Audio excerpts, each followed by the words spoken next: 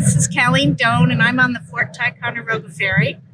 And I work here a couple days a week. It's a really fun job most of the time when it's not downpour raining. And I'm not heading for the stars, driving down the boulevard. All right, we're gonna land. All right, watch out to head on. Playing Coldplay on repeat, watching people on the street as I go by. And it doesn't even matter to me where I go.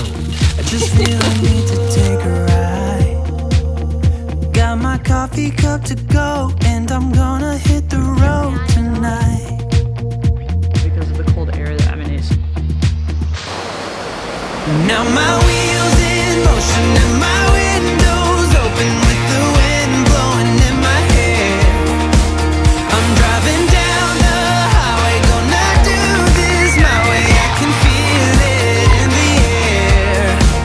Here I go.